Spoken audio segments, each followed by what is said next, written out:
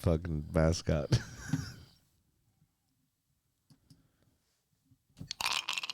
This is Danny from Baltimore, Maryland, representing one of the 6 Wolves fans in Baltimore. You're listening to DU Football Show. Graham, no pints. Well, Just no pints at all. None. None were had. I mean, he doesn't have an opportunity to get points, so I guess the pints are allowed to flow. I mean, yeah, he probably is just going to be drinking nothing but pints currently. I don't even think he took the bus home. Oh, that bad, huh? I think he just stayed in London. It was like a fancy night out. Fuck it. Let's start the show. Born in the land of Bowie, Maryland. Bred to be a fan of fucking Everton. Punch you in the eye and drink your rye. Sam Houston. Sam Houston? Arsenal fans have another Sam. AKA the fucking Gooner Graham. Smell the Malört. Look straight in shorts. Sam Graham, hey. Sam Graham.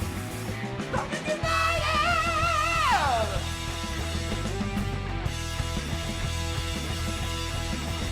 Fucking United!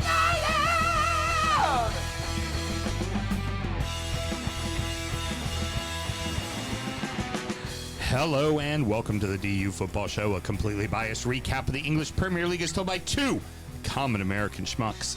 I am your host, Sam Houston, and across the way from me, the man's had himself a year. My co-host, Mr. Samuel Graham. How you doing, good sir? Doing okay. Yeah? Waiting for that fire on New Year's Eve that I can burn some writings. Just everything. Just burn it all. Burn it all to the ground. Yeah, what I did find out, I didn't know this. I do like his poetry. Mm-hmm. Found out that Robert Frost had to bury his wife and 4 children during his life and didn't find until I think after 3 of the 4 children were dead, maybe 2 of the 4, didn't find writing really until then. Mm-hmm. And then became one of the most renowned poets ever. Yeah. And he was living outside of London in a small little quiet village after leaving the United States. And most of his poems, if you really read them, it's about survivorship rather than, quaint little fucking things. Mm-hmm. So I've got that going for me. I think I could be a poet at some point. That's cute. After the year I've had. You think you're gonna outlive your entire family when you're gonna be the first to go. And on the ones and twos, we got producer Mel. Producer Mel, I didn't know that it was Literature Corner this evening. I'm worried about him having a shining moment this winter. We're recorded at the DU Public House just outside the nation's capital. You can check us out wherever you get your podcasts, and of course streaming live every single Monday night. Should you want to chat with us, there is many ways that you can. Mr. Graham, tell the good people how they can get in touch. Well, just first walk by woods on a snowy evening is the first way, and then just shout into said woods. It'd be good. The other way is at DU Football Show on all the social medias and dufootballshow@gmail.com to get in touch via email. Fucking hell, it's Monday night, and I didn't know we were going to be having a fucking poetry slam, apparently. Sam and myself both work in the wine and spirit industry and both have a deep, passionate love for all things distilled spirits. So as the red-blooded Americans we are, we vowed to have a drink in our hand throughout this show and every single show. Mr. Graham, I decided to go ahead and give us a little bottle killer tonight, just the right amount for us to take care of it, and it's an oldie and goodie, but I wanted to revisit it again. Yes, it is delightful. Actually, this is a store pick, I believe, from one of our good friends at All View Liquors that we both have called on from time to time. This is the Glenallachie, or Glenallachie. I'm sorry, there's no ch. It's a k. Scotch whiskey. This is the 2007 single cask by them. It is something you don't see very often. A barrel strength Scotch. No, very rarely. And so this one clocks in at 124.8 proof, and it is absolutely delightful. It was a PX sherry cask, I believe. No, excuse me, it was a ruby port pipe. Was this one? It has all the dark chocolate notes, all of the desserty, lovely flavors.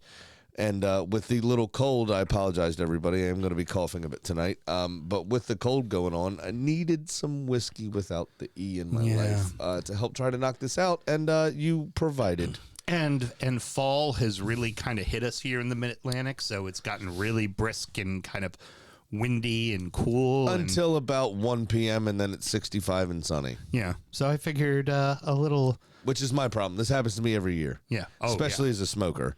This happens to me every year. The change of seasons does my fucking head in.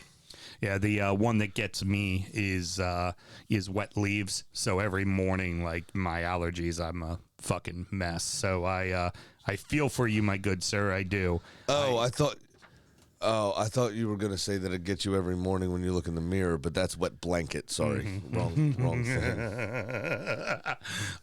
This is a phenomenal whiskey, and it's going to be a fun bottle to kill tonight with you, my good Yeah, friend. absolutely it will. You got all the chewiness of the Scotch that you want, but the port pipe really it gives it that desserty, just beautiful dark chocolate, dark fruit, just loveliness. I say this all the time. Port is meant for barley whiskey. Yeah. Like, it's just, that's always been my opinion. I know there's some people that really love some port finished bourbons, but for me, port just screams single malt. It screams barley. The grain can really hang with how big a port can be and how much of a influence that can have on it. So I'm big on port and sherry finished whiskeys in general. I mean, they can be any one of those things, but you're absolutely right with port specifically, because it is heavy. It's big. You need that Scotch backbone. You need that barley backbone to hang. I'm going to say, and famously, you are not one for still wine finishes on whiskeys. Usually no. Yeah. They have just a few you like, but most of the time they don't hit for you. no. They just always present very hot, and I just don't particularly care for them. Yeah, very fair. But the old world wines are just phenomenal. Love the it. fortified old world wines are just so good on whiskey. It tickles me fancy. All right, Mr. Graham, let's have ourselves a great show. We'll try our best. Yeah. You know, It's one of those days today. It's about all just one of them days. When you don't want to wake up. I just want to cry, to be honest. I'm just fucking over it, man. Not surprised to hear that. Hey, ChatGPT, how do I kill myself? Oh, Jesus. JK, it's a very serious problem. Yeah, we'll be talking If there's about anybody that you again. know suffering, fucking help them. All right, we open with the bottom of the table with a win, a loss, a draw, and, another sacking. West Ham 3, Newcastle 1, Forest 2, Manchester United 2, Fulham 3, Wolverhampton 0. How about that, Short Billy? You made the top of the show, and it's because your team fucking lost. It's because his team did an impersonation of the team they were playing. Yeah, no shit. Oh, my God. They were a mess. It's funny. You get that quick goal from Newcastle, but it happened in the most West Ham way ever, because it was West Ham pressing, put a ball off the post, and then put a ball off the post is an understatement. Yeah. I mean, ultimately, that's what it was, yes. But it was a fantastic set of feet from Jared Bowen and a great strike that just carooned off the dead center of the post. So it came out about 25 fucking yards. Yep. When all was said and done, which started the Newcastle break. Mm-hmm. And then bang. back of the net, Goal. down 1-0. Yeah. Jacob Murphy. And he's always so happy, Jacob Murphy. Always just, kind of joyous. And he was like talking to himself, like almost looked like he was doing the LeBron celebration for a second. It's like, who the fuck is this guy? When did he hit puberty? And then it just all went wrong for Newcastle. It was horrific. Oh my God. I don't know if they scored too early and they were like, we're playing these lots fine. Don't worry about it. But they never got going again. Well, and credit to West Ham. West Ham went, okay, you know what? Fuck this. We're not going to listen to our crowd. We're going to go out and get this fucking thing in. Yep. We're going to do work. And that's exactly what they did. They absolutely did. The biggest change, I think, over the last few games is in the midfield. Souček and Ward-Prowse, who they kind of started the season with under Potter, kind of by their lonesome in the center of midfield. Neither of them can run anymore. Right. So they had Souček here, but they had players around him that can do some of those doggies for him, right? And let him kind of soak up that last little line of defense, allow him to read a game. Right. He doesn't need to be everywhere. He needs to be in the right place. Right. And allowed him to read a game and then start to create the counterattack, start to create the move forward. And he actually did that to decent effect. You know, you also had Nicholas Füllkrug is, I think, quite a good player, but he's so direct. There's only one way to really play with him. You start this game with Callum Wilson. And Callum Wilson occupies defenders. He makes thankless runs. He does things that Füllkrug doesn't do. He's not just a battering ram. He's a dickhead. Callum Wilson is a world-class dickhead of a striker, and it works. Yeah, but he's smarter than just that, though, is the point. Right. Is Füllkrug is just that, and that's all he does. He can't really play football, any link-up play, Füllkrug.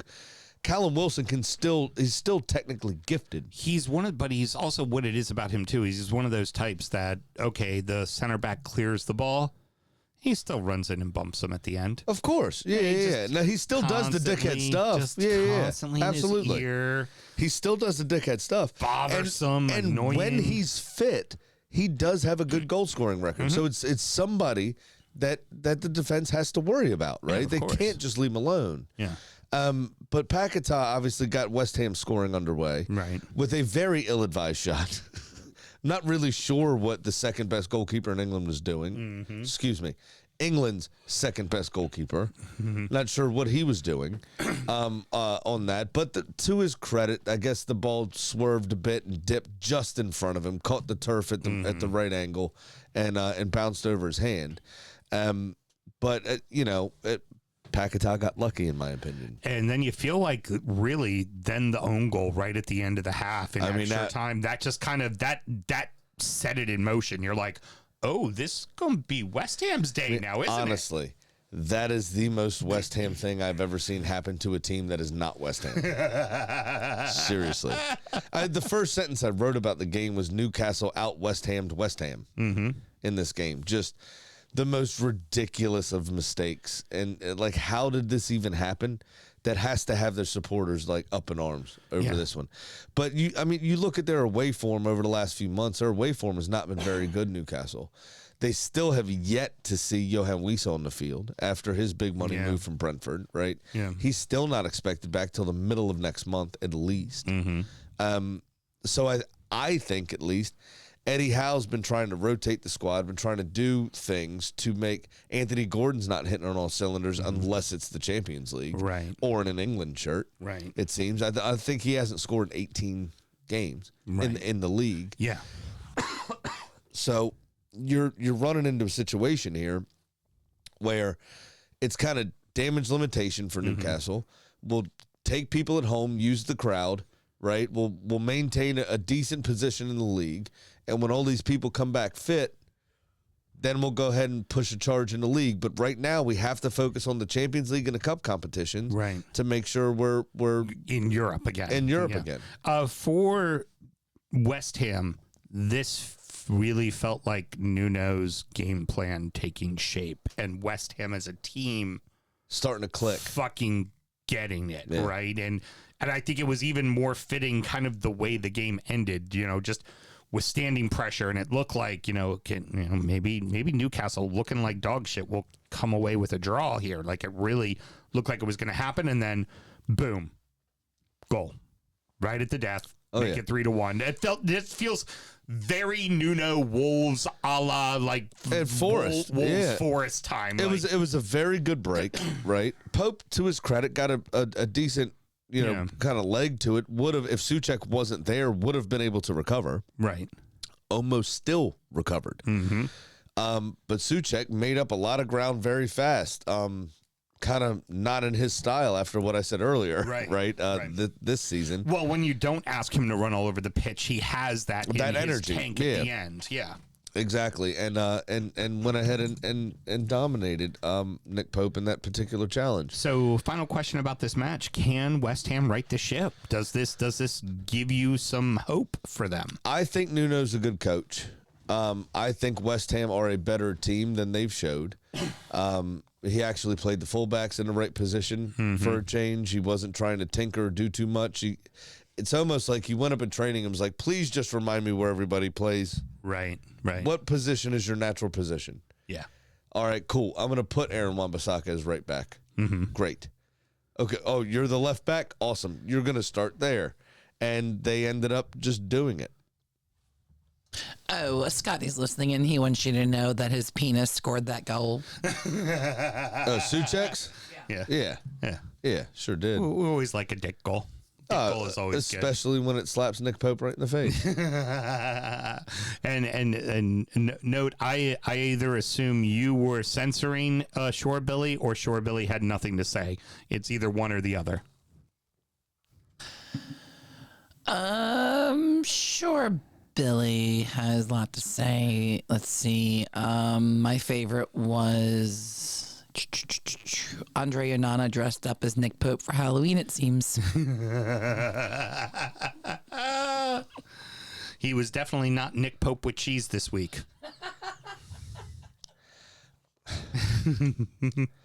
I was going to say that I think this is the first time after being told that Suchek scored with his dick, that it was the first time the Pope's ever been slapped with a different cock. I'll say that as a Catholic man. Yes. All right, so keeping it rolling. That's terrible. Yeah, keep it moving. Before we end up on some sort of I list. have an injury time joke. We'll save it for that. Gotcha. We'll be on some sort of no-fly list or something. All Man Oh U. shit! When the rapture happens, Yes. I'll be on the no-fly list. Fuck. All Man U. That's better than Yeah. you're giving me credit for Yes, right now. It's a good one. All Man U in the first half at the City Ground. I mean, they dominated play, and really, it's funny. They should have been up by more, but the goal they scored probably should have never been a corner kick. Should have never counted. Wasn't this also where somebody was holding the goalkeeper, or was that one of the Forest goals? I think that was one of the Forest goals. Maybe. But yeah, no, that was also the second time in 2 weeks that there should have not been a corner that led to a goal. Yep. Against Forest. Now, in defense, this is not a VAR reviewed play. We do not want VAR reviewing these plays because there's enough VAR already. And this is also the opposite side of the linesman, right? So the linesman's on the other side of the field, and it's the center official. So, yeah, there's going to be misses. There's going to be misses. Yeah, absolutely. Was Forest done dirty? Yes, they were. But also, we don't need VAR fucking checking everything. No, we absolutely don't. We really don't. This game will come to a fucking screeching halt if that happens. Really, this could do is you've already got the goal line technology for the goal line. Mm-hmm. The end line is obviously an extension of the goal line anyway. Mm-hmm. Just use the goal line technology for it. Use that technology. It's not hard. It'll buzz. I mean, we've seen a couple times over the last few years. Remember Arsenal, Newcastle? Mm-hmm. Oh, we couldn't really see it. Yeah. Oh, well, yeah. If that ball stayed in or not. And two different camera angles showed that. The one where they tried to find 5 different things wrong with the goal. Well, you have the curvature of the ball, right? Mm-hmm. The ball is still technically in, even though the bottom of the ball is not, right? Because of the curve. Right, of course. Hawkeye should be able to see that. Mm-hmm. Right, we've only had one instance where Hawkeye fucked up, and that was that Sheffield United game. You remember a few seasons ago, right? During COVID. Yep. Exactly. So I feel like Hawkeye should be able, especially in that situation where play is pretty much spread out. Yeah, down the sidelines, down the goal line. Shouldn't be that hard to see if a ball goes out of play or not, right? If we're going to try to take the controversy out of the game in general, this seems like a very easy spot to do that. So why not do that? But I really would like to focus on first and foremost. Before you get to the second half, if that's what you're about to do, or are you going to talk about the first half still? Well, I'm going to talk about halftime and the very obvious. I've prepared a sketch for you, Graham. Okay. That's why. All right. So this is my interpretation of Sean Dyche in the locker room. All right, lads, this is what I'm going to do. With a mouthful of dirt. I'm gonna fuck every one of your mums unless you all start scoring fucking goals. Do you fucking hear me? See. Nice. I was going to go the opposite direction and talk about how motivational Ruben Amorim's team talk must have been. Because in 6 total second half minutes, but 3 minutes apart, these goals, United find themselves 2-1 down. I can tell you exactly what Ruben Amorim's halftime speech was. It was a small chair in the corner of the Nottingham Forest fucking dressing room watching Sean Dyche give his team talk. Right. Because Amorim's a cuck. That's what happened. I mean, yes. Yes. He is a cuck. He's definitely a cuck. Like half this country. It's pitiful. You can't do this. You're Manchester fucking United. I don't care how bad it is. In 6 minutes to a Nottingham Forest side that hasn't won in how long? Yep. Right, in the league. Right. And you are on... You are on, at that point. You're on a heater. For you, 4 in a row. You're on a heater.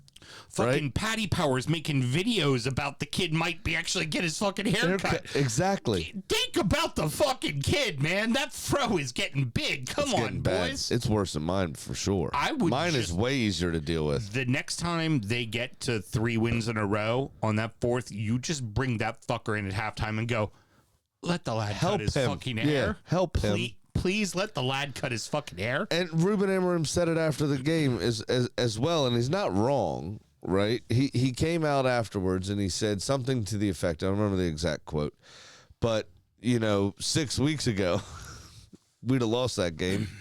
We wouldn't have had the character to come back. And he's right. Mm-hmm. It is a better United performance. Still not anything to be fucking proud of. It's still not anything to be super proud of, because even if you let them tie you 1-1 at that stage, okay, fine. Maybe that's an individual mistake. Maybe there's a deflection. Maybe but a minute later, you give up another lead. one, or 2 minutes later, whatever it was. Yeah, you give up another goal. It's like terrible. It's just a horrific lapse in concentration, and something they should never be doing. It's Gibbs White and Sabona with both of those goals, but as he did last season a lot, Ahmad rescued the game. Mm-hmm. You've got Embuemo now. Ahmad's taking a bit of a back seat. You got Embuemo and Cunha. Yeah. You have Šeško. People taking the headlines this season for United. But Ahmad, last season, I mean, that kid did everything on his own, really, towards the end of the year. He had a little bit of help from Dalot. He had a little bit of help from Fernandes. But he takes the game by the scruff of the neck and scores the equalizer. And Amorim's absolutely right. They would have lost that game, right? How many times have I said that about Arsenal 2 seasons ago? Yeah, exactly. Yeah. We'd have lost this game a year ago or 2 years ago or whatever it was. So it is the first building blocks to being, quote unquote, back, if that makes sense. And that's a positive sign for United. It really is. The City ground, despite Forest's form this season, is still a hard place to go. Right. So they did what they had to do to rescue a point here, and well done to them. I will say I'm still not going to say they're back. Right. I will say for Forest that, but it's a building block. For Forest, that felt like a Dyche performance. Mm-hmm. That felt like a Dyche team that had the gutsiness that you expect from a Dyche I don't remember match. Everton ever scoring 2 goals under Dyche. No, not very often. I mean, we did score 5 on Brighton at Brighton under Dyche. Really? Yeah. Remember that when we were right near the end of the season? Right. Yeah, that's when I started being more of a degenerate because hell froze over. Exactly. I knew I couldn't go there. Yeah. So, but you can... I say that as a Catholic man. I know. You can sense that team as well, right? So here you now have 2 of the teams that are in the bottom 3. Looks like the managerial changes are starting to kind of. Well, I mean, I know we don't talk about the Champions League, but they fucking worked Porto in Dyche's first game in charge. Beat him 2-0, I think it was. In the Europa. In the Europa League. What'd I say? You said Champions League. Oh, sorry. Yeah, in the Europa League. Put Porto to the sword, really. Right. And Porto this season were unbeaten through 10. Maybe 12 so far. And they put them to the sword. So the performances are obviously getting better, right? Right. And I didn't watch that game. I'm just looking solely really on the result and looking at some of the stats. It's a much better performance from what we saw under Ange, period. Right. Yeah, exactly. End of story. Yes. Right? And we joked about, something we're going to come on to with Tottenham later, but because I brought Ange up, I want to bring this to the table real fast. nobody under Forrest has gotten injured yet under Dyche, right? But, and this may be just a Spurs jinx or whatever, they've got 11 injuries to first-team players at Spurs. Yep. Even under Thomas Frank. Ange hasn't been there since June. Right. So is it just a Spurs curse? Like, what's happening? Or is it just hangover from Ange? I don't. That's a really weird statistic because when you look here at Forest, Ange is gone. Nobody else has gotten hurt since Dyche has been there. You also wonder if it's the physio room itself. Maybe that staff isn't very good. Isn't very good because that does happen. Now we turn our attention to the team that they hope get a manager that can turn around their fortunes. But this game, early reports don't look good. No, I would say right off the bat. There's not a lot to talk about this game. I kind of want to talk about their week as a whole, is because there's been a lot going on between, we mentioned it last week with the fans, the supporters kind of yelling at Strand Larson and the players. Blocking Jose Sa's car. And well, that happened in the midweek. But this game was all Fulham. And the red card didn't matter. It was already all fucking Fulham. So it mattered in the sense that Fulham haven't been able to kill games off. Right. This helped them kill the game. Afforded them the opportunity to kill the game off. Although at the end of the first half, they tried to fuck it off because there was a couple times Wolves almost scored at the end of the first half, and then that was it. They had a brief moment. They didn't capitalize, and in the second half, they. I mean, this was the derby of teams that had a really shit summer. Yeah. No shit. Pretty much. Right? Yeah. Wolves sold their best two players in Aït-Nouri and Cunha. Never really replaced anybody. No. Fulham really didn't sign anyone at all. Right. Of any note. Bringing in Kevin and Kevin is their big one, right? Kevin is the one they brought in. But Ryan Sessegnon got the goal, right? Obviously, they were still 11v11. Yes. And they were in very clear control of the game. Oh, yeah. Slack defending, though, allowed that to happen. It was another defensive mistake, and that's something that Pereira's known for. Yeah. But Fulham see off their second manager. We woke up to a Sunday morning sacking, which is pretty rare. You mean Wolves, not Fulham. Yeah. No, Wolves sacked their manager. Yeah, you said Fulham. No, Fulham see off. Yeah, they saw off the second manager of the season. That's true. They beat West Ham and saw off Potter, didn't they? Yes. My apologies. I misheard how you said that. My fault. Yeah. But we wake up to a Sunday morning sacking, which isn't very normal. We normally get Monday, wait till Monday morning for it. So, but the travesty for Wolves fans in all of this is that the first name that was touted was Gary O'Neill. A guy that they're currently paying because of his contract extension. Also, Sky Sports is currently paying as a pundit. Yeah, so Gary O'Neill's about to get double paid by Wolves. Yeah. Yeah. If he in fact is the person who goes back. And if he goes back, I mean, he's a very talented young manager, but I don't think he's the manager that sees you to safety. So the project needs to be, hey, you're our manager and we're going back to the championship and you're going to retool us to get us back up here. Right. And you're going to impart your style down there. But I don't know what happened to Jose Sa. I know he didn't play in this game. Yeah. So but here's it just seemingly forgot how to play football. So here's what happened. Because he started the season. Right. So there was the midweek Carabao Cup. They got eliminated by Chelsea in a 4-3 match. A crazy fucking match.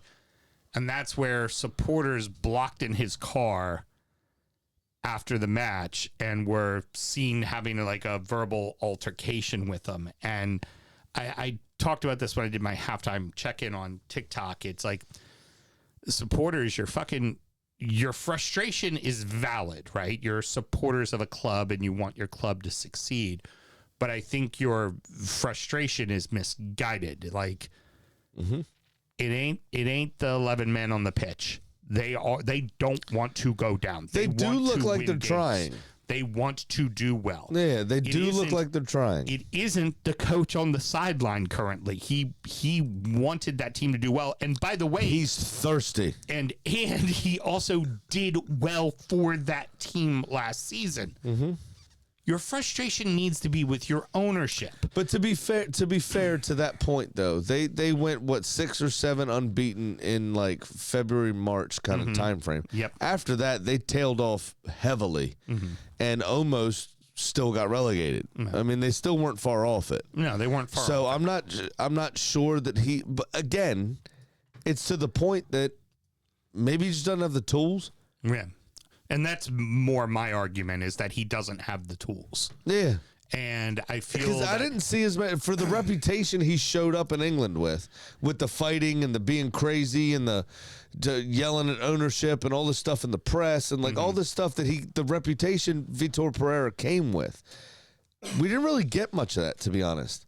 No. So maybe he's calmed down as he's gotten a bit older. Yeah. But so where's then the question mark? And I think you're absolutely right. I think it's with the ownership. And for me, then what you need to do is what Wednesday supporters did. And now, granted, these are very different situations because Wednesday had, their owner was legitimately just completely fucking the club. And they also haven't been in the Premier League for and not paying 6 their years in players a row. and all of that, right? We get that. But in the instance of Wolves, what you do, you don't show up to a fucking match. What West Ham did that a few weeks back when we were talking about the match where they seemed apathetic. A bunch of supporters did not go into the start of that match. Oh, yeah. There's another real quick funny point. Hit their fucking pocket. Like, that's what you got to do. The stewards want to get you out the ground as fast as possible after games, right? So you start cleaning up, start doing this, and then it's the police's problem if you start to fight. Right. West Ham did the not show up a few weeks ago. This game against Newcastle, they had scheduled a lock in. We're going to stay in as long as we can until they really kick us out. Right. The few fans that stayed because they won 3-1, so the protest fell kind of flat. Right. Stayed for a symbolic 90 minutes, and I know somebody was there, but it fell flat because there was only about 9% of the stadium that stayed because they won. Right. Get on the pints. In honor of Vitor Pereira, points then the pints. We got the points. Let's go get the pints. Very good. Pereira, I think, may have joined them, though, as I said, because I think he stayed in London. So I think he said, fuck it, I fancy a night out. I'm thirsty. And he just didn't get on the team bus, I think. This was much needed for the Cottagers, right? Big time. They had been slipping quite a bit. Now, for Wolves, do we think? I think Harry Wilson needed that goal as well. Oh, yeah, it was hell of a strike, too. He's had a few games where he's had some chances, even against Arsenal a couple of weeks ago. Had a couple of chances and couldn't even come remotely close to the target. Looked like he was starting to kind of wane for confidence a bit. And there was one point in the second half versus Arsenal where I thought he could have taken a shot. Right, the space kind of opened up for him, and he hesitated because he skied 2 in the first half, right? Yeah, and it didn't look great for him personally. To see him cut inside and pick out that far corner like we've seen him done so many times in the last couple of seasons, I think he needed that goal himself a lot. Yeah, but Fulham needed this win, as you say. You got a Mascara own goal at the end. Obviously confirmed the points for Fulham. But Marco Silva over the last few weeks, it wasn't Arsenal, but it was the week before, I think. He had a vein coming out the opposite side of his jugular in his neck that I've only ever seen twice, and it both times been out of your forehead when he was yelling at somebody. So he needed these 3 points. I think he's been desperate, to. And I don't know if it's the injury to who's the young Brazilian? Why can Muniz? Yeah. And then Raul Jimenez hasn't been scoring. He's been in one of his little slumps.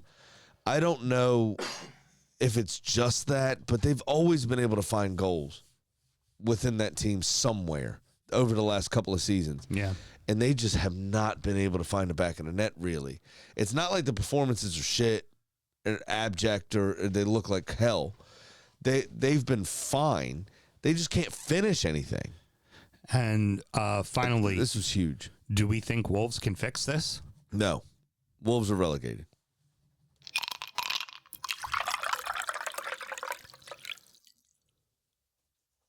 Rounding out the rest of the league, and oh, so that happened. Yeah, that's right. No second segment. They were all kind of meh games this week. Arsenal 2, Burnley 0, Brighton 3, Leeds 0, Palace 2, Brentford 0, Chelsea 1, Spurs 0, Liverpool 2, Villa 0, Manchester City 3, Bournemouth 1, Everton 1, Sunderland 1. That could have been a whole lot more for the Gunners, and it could have been 4 or 5-0 at the end of the first half. Burnley tried. That's Dubravka, though, isn't it? Like, yeah. But I also think that it's just another professional display. Yeah. I just think they're not trying to exert themselves. I think this is a secondary tactic at this point. You got a lot of competitions. You know, you got a lot of things to focus on. And we also have a you lot of need to win a competition league. for places. Yeah. But we've got Kai Havertz is injured. You have Odegaard's injured. Odegaard. You have Madueke. You have all these players injured as well. I think this is one of those go out, do the job, and just fucking don't get hurt. Right. Yeah. And that's what they did again, because you're right. They could have had 4 or 5 goals in this game. It's yet another game that not even a single shot on target. Yeah, this is one of those weeks where Burnley wishes they didn't have Arsenal, because everybody below them, namely Forest and West Ham, got results. And now suddenly it becomes a little tighter. That's the thing, and that's I implored you to put this as first, and so that happened because of that. Right. We started with the bottom of the table, and the entire point is that West Ham play Burnley. They're now only 3 points back. It's a 6-pointer. It's an absolute 6-pointer. And if West Ham score enough goals, West Ham could jump Burnley and put them in the relegation zone. Exactly. When they play this weekend. I don't think they will. But I think they're going to make it a bit. This result against Newcastle from West Ham makes me think they're going to make it a bit more interesting. If even a draw just keeps them tight, right? It keeps breathing down their neck. Yep. And that's super important for them. Burnley played us at the wrong time. Yeah. Honestly, I mean, there was never really a doubt for the result. And Burnley's been in pretty decent form, all things considered. Absolutely. For what they want to be in the Prem, like, decent enough form. Like, they've been all right, you know? Exactly.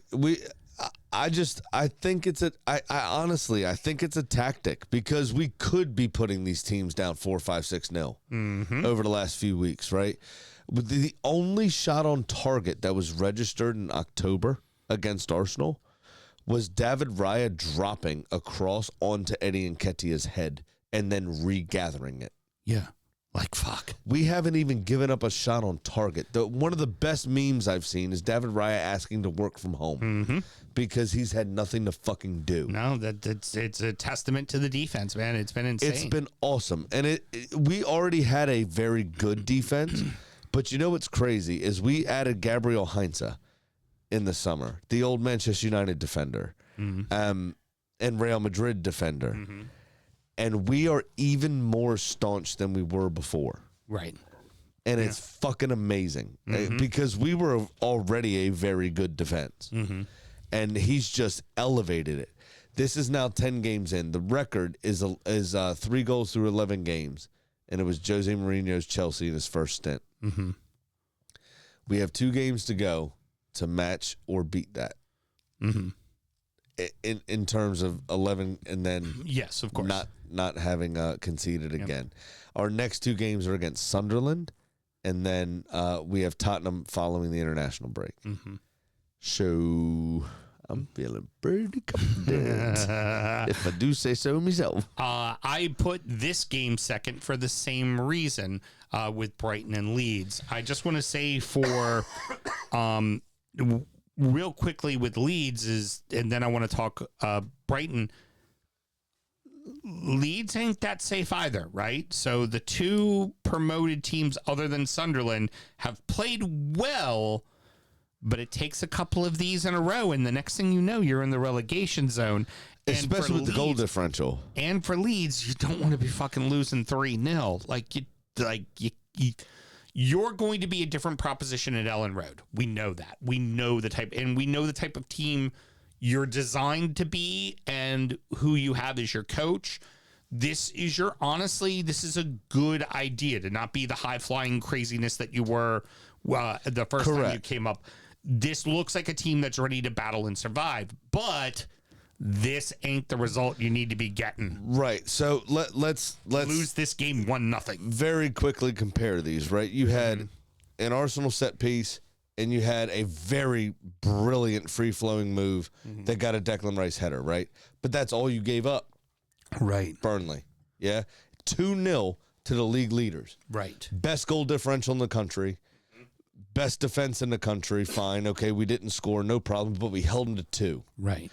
You turn around, Brighton lost last weekend, right? To a game in a game they should have fucking won. Exactly. Right? And you're shipping 3 goals against Brighton? Yeah.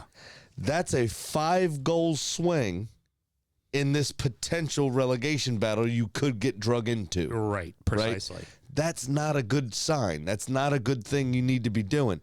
Now, granted, Danny Welbeck has all of a sudden been tipped for a return to England close to his 35th birthday because that guy Wells just keeps on scoring.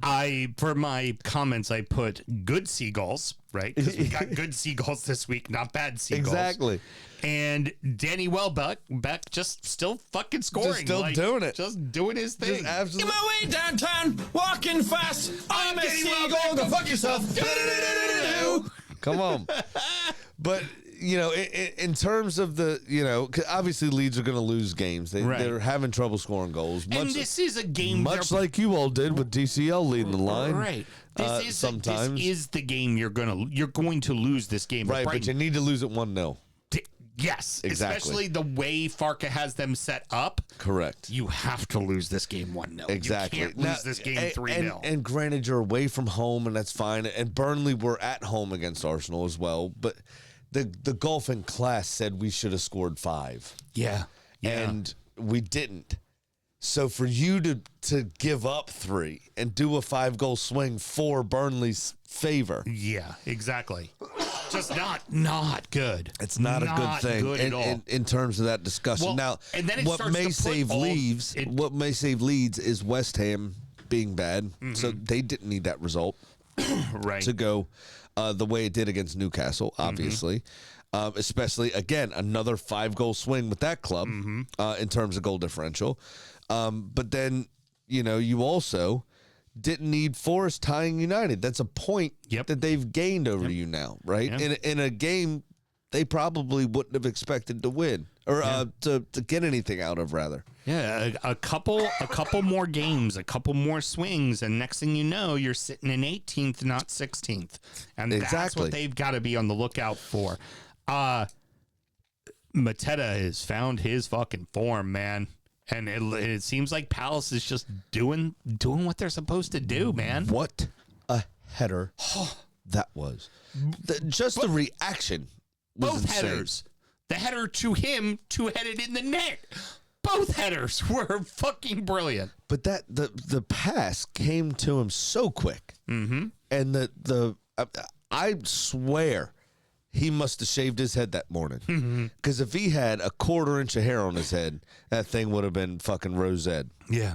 But it just slicked right off the back of his head. Just brilliant. Oh, absolutely brilliant. Perfectly headed. Fucking fantastic. But that ended a period that started the game of absolute dog shit from both teams. Oh, yeah. Oh. Was not impressed at all with the football on display. But also, Palace Until is that okay happened. with an ugly game. Like, Yeah. Palace is okay with an They ugly live game. off of it. We'll get our opportunities. Like, I mean, oh, yeah, and don't look now, Palace now has beaten Liverpool 4 times in a row. Because Yeah. they knocked him out of the Carabao Cup. Absolutely love it. Yeah. It's fantastic. They had City's number a couple years back, remember? When Zaha was still there. They just seemed to pick a team and fucking, we're going to needle you. And they just do it.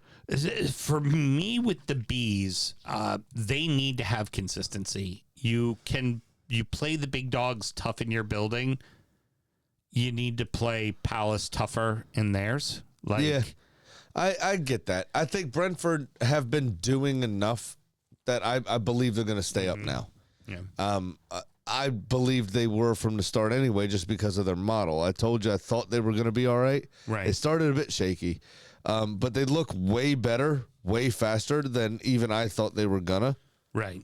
I thought it was going to take them more time to figure it out, and it hasn't. Mm-hmm. This is one of those results. Probably would have went the same way under Thomas Frank, in my opinion. Yeah. Because this is a game they tend to look past. Right. Is something like this. Especially after the last couple of big results Big in results. a row. Exactly. Yeah. They were ready for a fucking snoozer. I can say we talked about this on Injury Time that we expected anything. We expected either Chelsea to win, Tottenham to win, it to be a 4-4 game. Like, we said anything could happen, except for the one thing that did happen, which it was a dog shit, boring fucking match. It was so exhausting to watch this game. Moises Caicedo obviously pressed to win the ball and then assist João Pedro for his goal. Mm-hmm. João Pedro had 3 shots on target, one of which was the game winner. Reece James sort of played all right sometimes. Mm-hmm.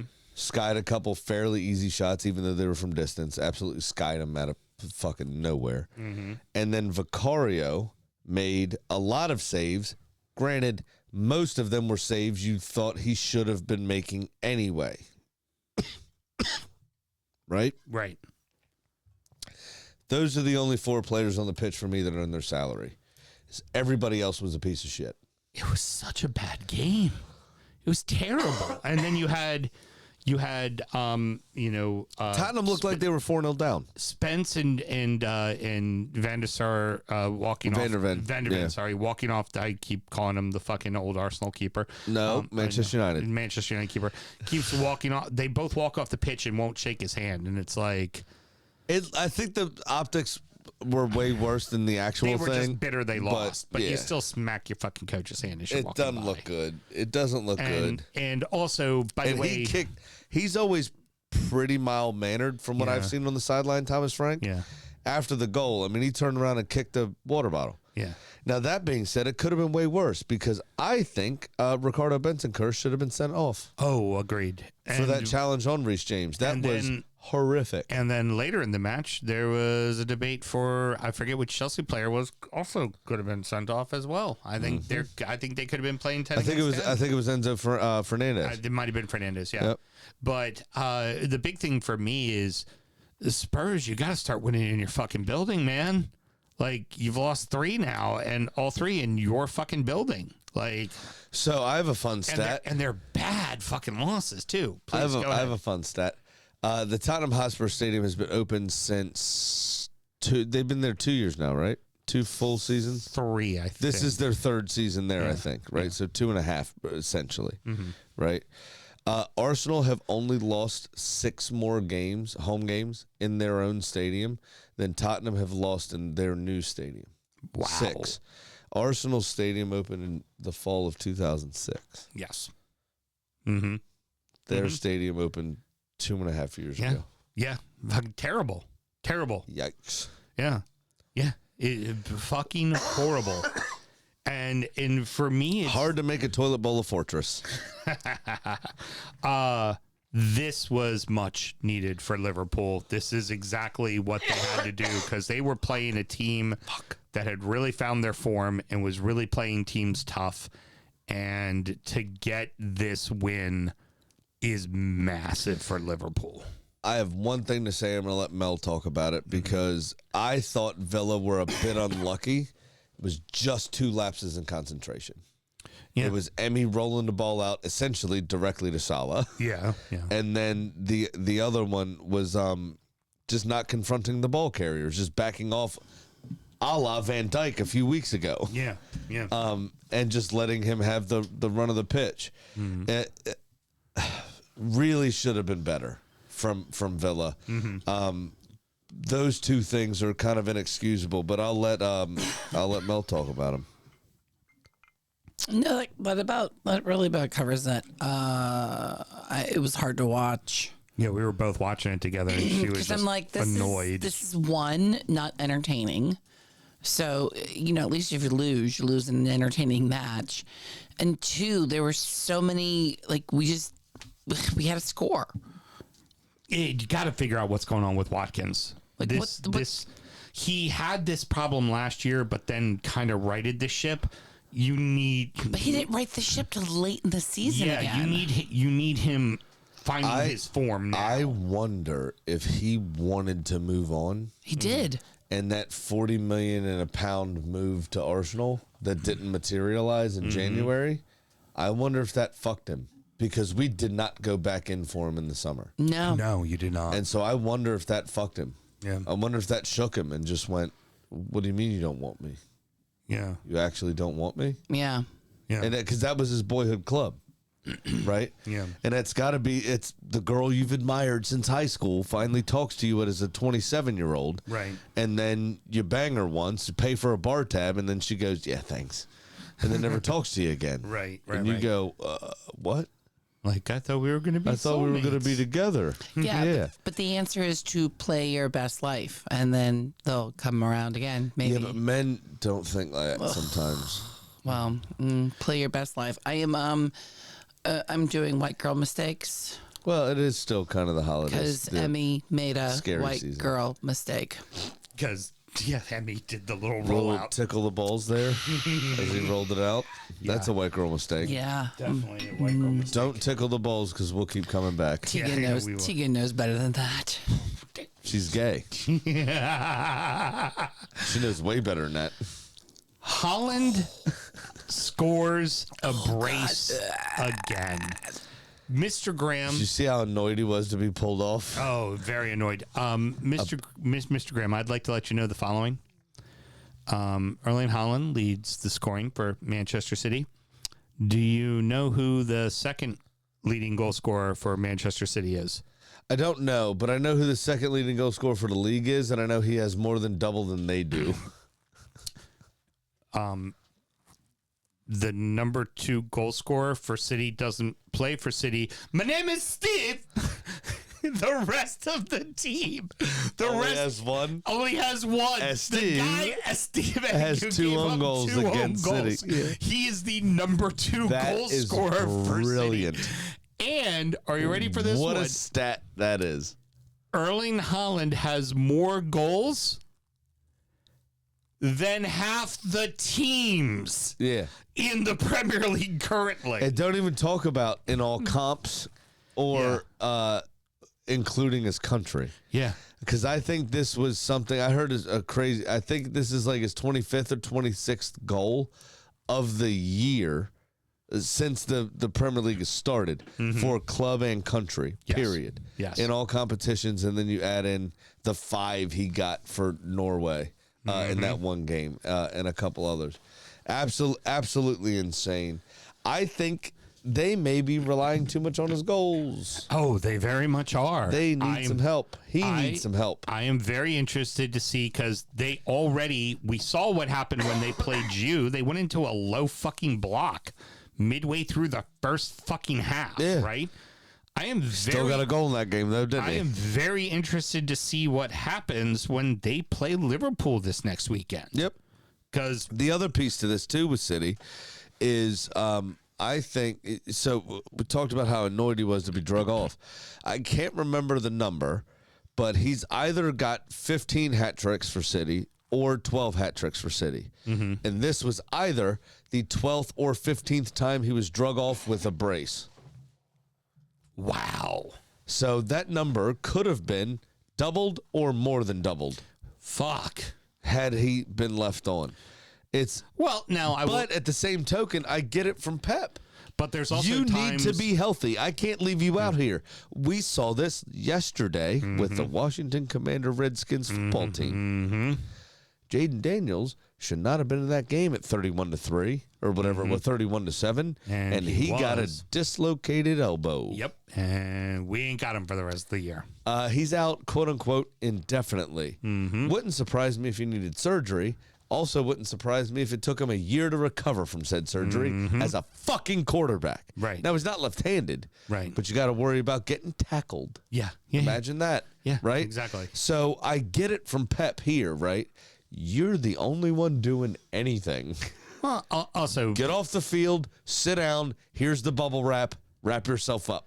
last week when That's City, how a manager's supposed to work. when City played Everton, Holland stayed on and had his brace and stayed on, and Pickford stone cold him 3 times. Yeah. So that also can happen. And you know what? This is the game I was thinking of where the goalkeeper got held. I'm surprised this goal stood because was it Ryan Yates? No. Tyler Adams. Not just Yates. scored. He was Tyler forced. Adams scored. Tyler Adams It was scored. Ryan Christie, maybe. Yeah. Yates plays for Nottingham Forest. Yeah. I'm sorry. I think it might have been Christie. Held Donnarumma's arm just as the corner was being taken. I don't know if you saw this. Yep. But he wrapped his arm and kind of held him down a bit. Complained about it from the start, but VAR somehow cleared it. When that happened, I was happy it wasn't called, because if it had been called, I would have been here screaming about then how do you not call the open arm push from Van der Ven on Pickford? Yeah, but you yelled about that anyway. Yeah. So you should be yelling I would about have this. been really yelling about it. Yes, I think he grabbed him. I absolutely think he grabbed him. The only real question would be is had the ball been kicked yet? Because then it would just be a whistle and hey, fucking stop doing that shit. Right. Because it was play, Right. if that makes sense. It felt like when the ball was already kicked. It felt like he pulled him back enough. Still a very strange one, and I'm a bit surprised Tyler by Adams' first Premier League goal.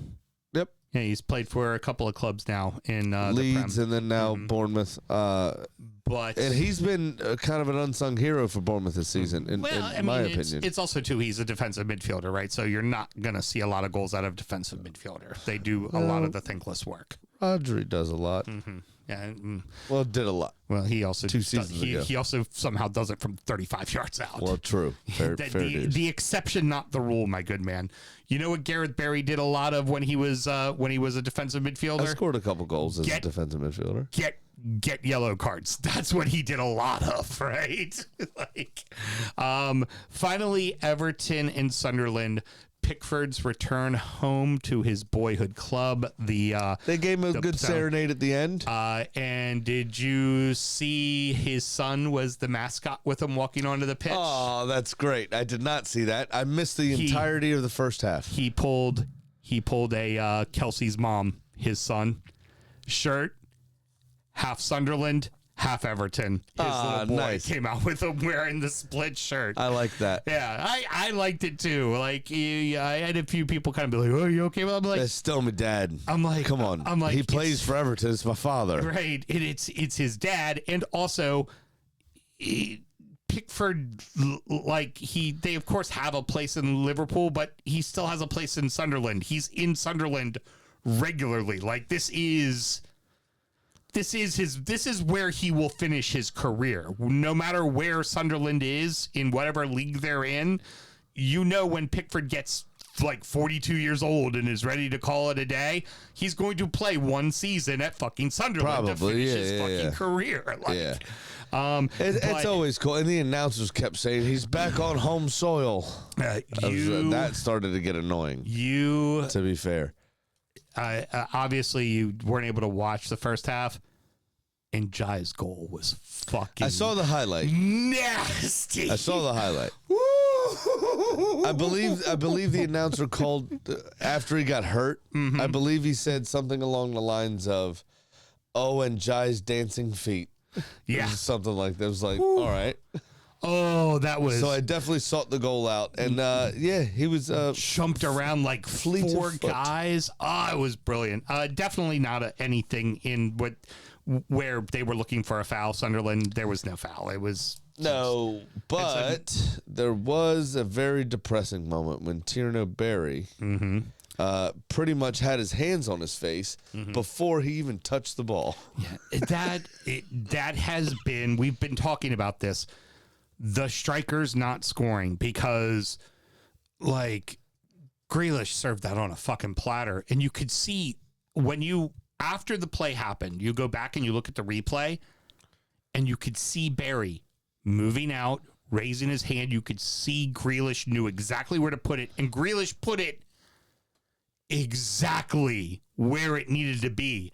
It was on his foot, and he just looked right up in the air. He was already looking at the skies, thanking God for the goal. That's where the ball went, straight up. This was a $90 buffet plate. That's how easy the fucking chance was. It was just, God, it was too easy. And this is going to be detrimental to Everton, right? Because one of the things that the desk said at the start of the match, where they were talking about Isidore for Sunderland, they were like, imagine if Isidore was the striker for Everton, he'd be on 8 to 10 goals already. Probably. Like, and just Beto and neither one of them Barry, cunts can finish. the two of them so far, I would say easily 7 goals have been left on the field. You know the worst part is Callum Wilson has actually stayed fit since he's joined West Ham. He should have joined Joel. He'd have had a better chance of doing something. Yeah. Well, and then the last thing I do want to mention, for Everton, it's a good point. I'm fine with it. Like it was the first 20 minutes was all Everton. Then until the 85th minute, it was all Sunderland. And then the last 5 minutes, Everton had chances. And that was it. That was the entire match in a nutshell. We do need one very quick mention for about 90 seconds after the first goal was scored, which was an unfortunate deflection. And something you would have yelled at me for back in the day playing indoor. Why are you sticking your foot out there? Oh, with Tarkovsky? Yeah, he shouldn't have been. Yeah. But what we need mention for is the second piece of that, about a minute and a half later, where Granit Xhaka shot again. I think it was Xhaka. Shot again. And another deflection. Pickford had already dove, stopped himself in the air, and then cat slapped the fucking coffee mug out of the goal mouth. It was pretty a brilliant save. fucking great save. The thing I wanted to finish on here, Mr. Graham, is, and this is fucking great save that was. Sunderland has now gotten 7 points from losing positions. You want a recipe on number one in the league in that statistic. You want a recipe on how to stay in the Prem? That stat right there. Big time. Sure money. Is it though? I'm down 900. Yeah. I quit. No, you don't. You're going to keep it going. Yeah, I've got it right here. Yeah, you know. All right, you go first, though, as usual. 9-way parlay. It's not. I'm very conservative 5 picks. Conservative 5 picks. I'm a very conservative 5-way parlay. Said no one ever. I am down $437. Big Sam's Lock of the Week. And that's because one of the bottom 3 won and one of the bottom 3 drew. Wolves lost, which was nice, but all the others fucked it off for me. Did you know, Sam, nice round number, 12.5% of the time, it works 100% of the time. What's that, 1 out of 7, 1 out of 9? What's that? 1 out of 8. 1 out of 8. There you go. I am going to take a 2-way parlay on one match. Burnley and West Ham to draw and under 3.5 goals at plus 345. It's not a bad shout. This has got 1-1 written all over it, and I've got my back covered if it ends up being 2-2. That's what I'm going with. I stayed way away from that game. I'll tell you that on my side. Very good. That's not a bad shout though.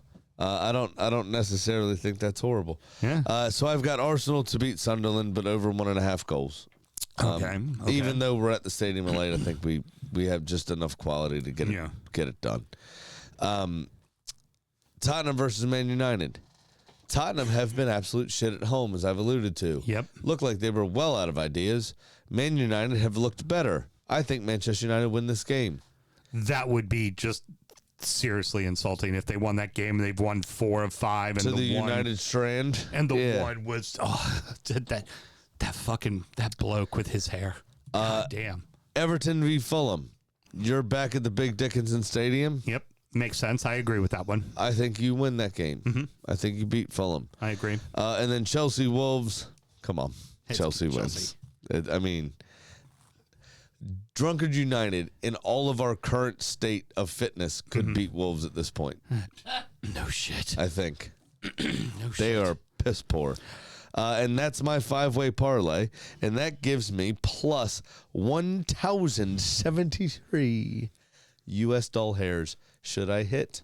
And if not, I'll be down $1,000. So I have all these buttons I want to push, and I can't because It actually makes sense. fucking for once makes sense. That And is it's some- only 5. That is some shit, Mr. Graham. How about that? You Thanks. said sensible 5-way parlay, and yeah, it is.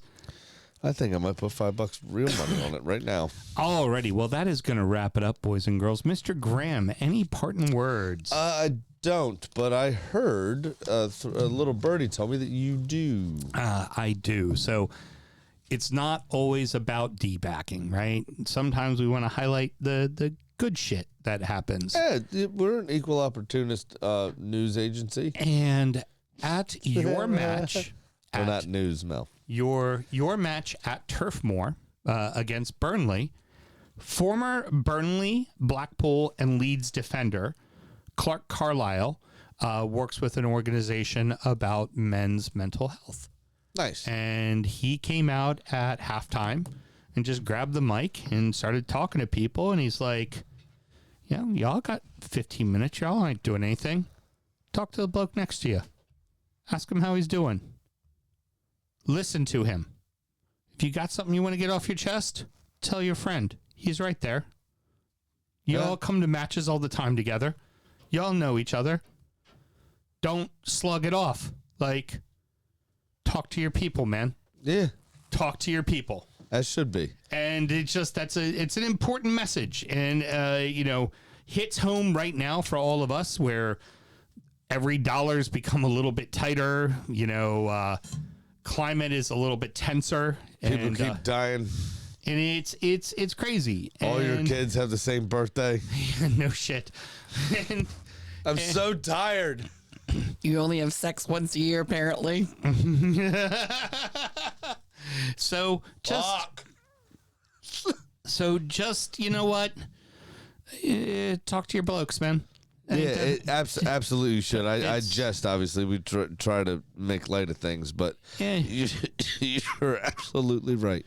Myself, It's and one of the fewest things talked about is the mental health of the guys. myself and Mr. Graham talk about shit constantly, 5 days a week.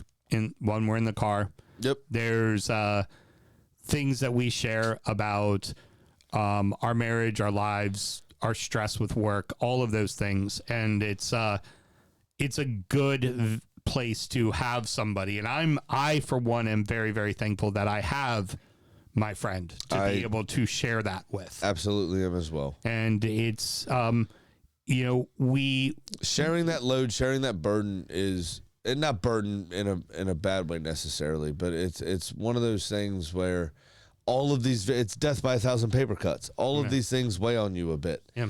And being able to vent about that and share that relieves a bit of that stress. Yeah. Even if it doesn't relieve all of it, it relieves some of it.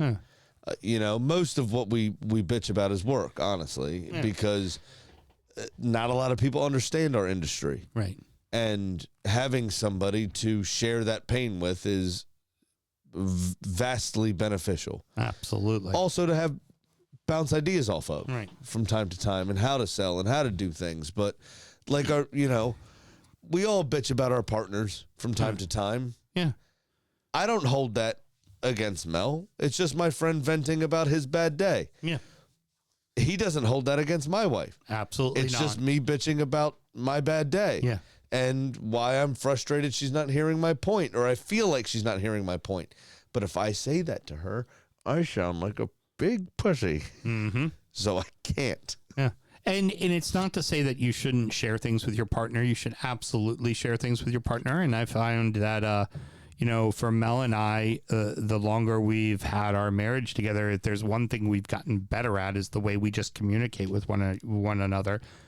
But there are just some things you can't share everything with your partner, and you need your mate, and you need to vent, yeah, and take your time and talk to your friends, and know that you're not weak because you've done that. In fact, you're fucking strong because you did that. So, absolutely. Making yourself vulnerable is one of the strongest things you can do. yeah, absolutely. I've cried on here how many fucking times? Oh, you cry all the time. That's what I'm saying. We've often said if we were a boy band, like each of the parts we would play, right? Like Rob would be the angry one, I'd be the leader because we just know that about me, and you would be the emotional little bitch. Yeah. We've said that 1,000 times. That's so right, exactly that. So here's our motto: be strong, be a punk bitch. Very good. Well, that is going to wrap it up. Next up, but always make sure you bring it back to humor, because Yes. that's how we all operate. It's how we work, man. It's how we If you work. can't laugh, what's the fucking point? Next up is DU does EFL, and it was the first round of the FA Cup. Come on. And we're gonna check in. One of our friends actually sent in a recap A recap. It's a fucking diatribe. It's a novelette, and it's going to be great. A novelette. Because he writes great shit, so it's going to be Does awesome. he? Yes, he does. I started to read it. I'm not super impressed. I'm going to vent about that right now. I also heard he puts wicked funny stickers up on the I-83 signs in Baltimore as well. I saw that. That is good. And I'm only joking. This is also, it actually is written pretty well, to be honest. And then after that, we're going to do Injury Time, where we're going to preview the weekend's action, talk about the beers we were drinking, check in on our adopted club, and of course, look in on our fantasy league. Should you want to support the show, Mr. Graham, how do you go about doing that? Very easy, actually. It's patreon.com/DFootball Show. Sign up to that one beautiful $5 tier.